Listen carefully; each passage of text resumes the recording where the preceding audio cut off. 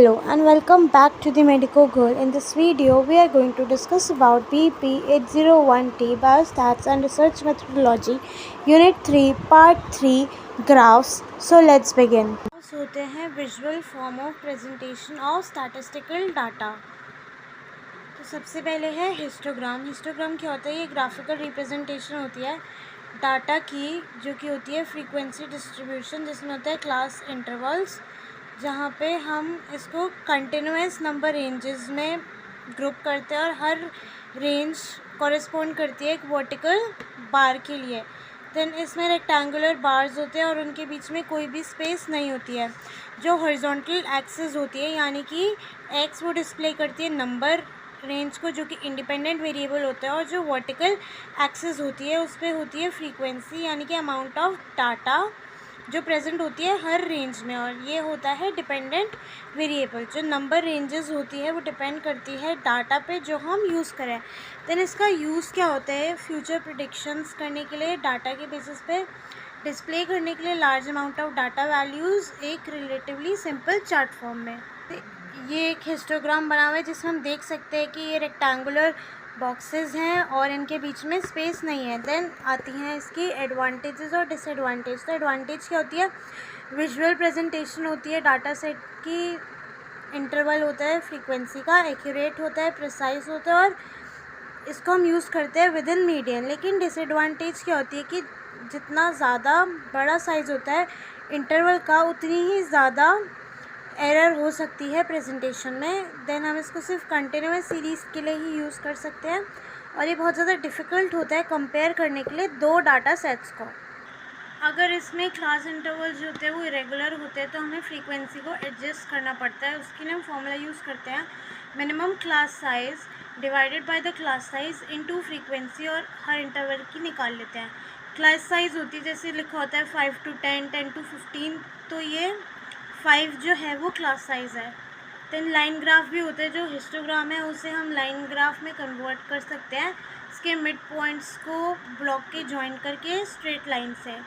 Then next आता है pie chart. ये होता है डायग्राम जो रिप्रेजेंट करता है क्वांटिटेटिव डाटा को एक सर्कल फॉर्म में, और ये फर्दर डिवाइडेड होता है सेक्टर्स में. जो एरिया होता है सेक्टर का वो रिप्रेजेंट करता है प्रोपोर्शनल वैल्यू क्वांटिटीज़ की, और उस जो सेक्टर होता है उसको हम कहते हैं ब्रिज स्लाइस या फिर सेगमेंट्स.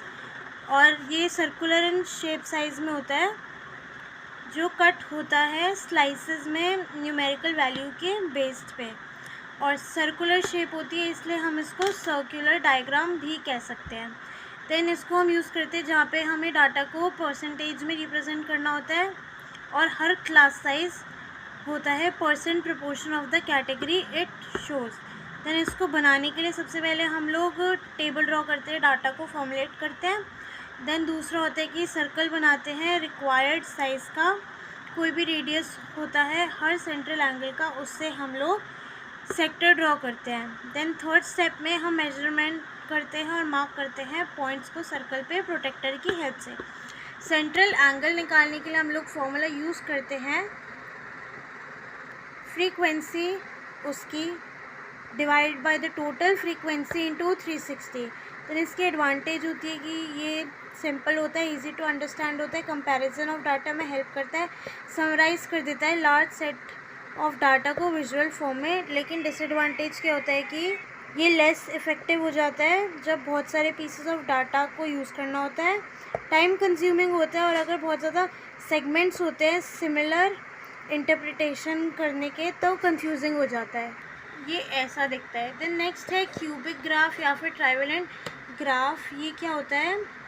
जहाँ पे जिसका फंक्शन कैरी करता है एक थर्ड डिग्री पॉलिनोमियल, यानी कि x की पावर 3 टर्म होता है एक हाईएस्ट पावर ऑफ x. इनको हम ट्राइवेलेंट ग्राफ भी कहते हैं, और इनको हम पेपर पे ड्रॉ कर सकते हैं या ग्राफ पे, अगर हमको x और y की वैल्यू पता होती है और इनमें सिमेट्री नहीं होती. इसलिए जो टर्निंग पॉइंट्स होते हैं, मिनिमम पॉइंट और मैक्सिमम पॉइंट, उन्हें हम कैलकुलेट कर सकते हैं कैलकुलस की हेल्प से. मेन इक्वेशन इसकी होती है a x की पावर 3 प्लस b x की पावर 2 प्लस सी एक्स प्लस डी, जहाँ पे a b c d जो न्यूमेरिकल वैल्यू होंगी और b c d ज़ीरो हो सकती है पर a ज़ीरो नहीं होगा, अगर a 0 हो जाएगा तो हमारा x की पावर 3 नहीं रहेगी। और ये ग्राफ कुछ ऐसे दिखता है। देन नेक्स्ट है रिस्पॉन्स सरफेस प्लॉट। ये दिया था जॉर्ज E.B. बॉक्स और K.P. विल्सन ने 1951 में। ये ग्राफिकल इलस्ट्रेशन होती है पोटेंशियल रिलेशनशिप की 3 वेरिएबल्स के बीच में। हम इसमें प्लॉट करते हैं इंडिपेंडेंट वेरिएबल्स को x और y स्केल पे, और रिस्पॉन्स वेरिएबल जो z होता है उसे रिप्रेजेंट करते हैं एक स्मूथ सरफेस से, जो कि सिमिलर होता है contour plot 3D surface plot से, जो यूज़फुल होता है इस्टेब्लिश करने के लिए रिस्पॉन्स वैल्यू, लेकिन एक कंसाइज मैनर में।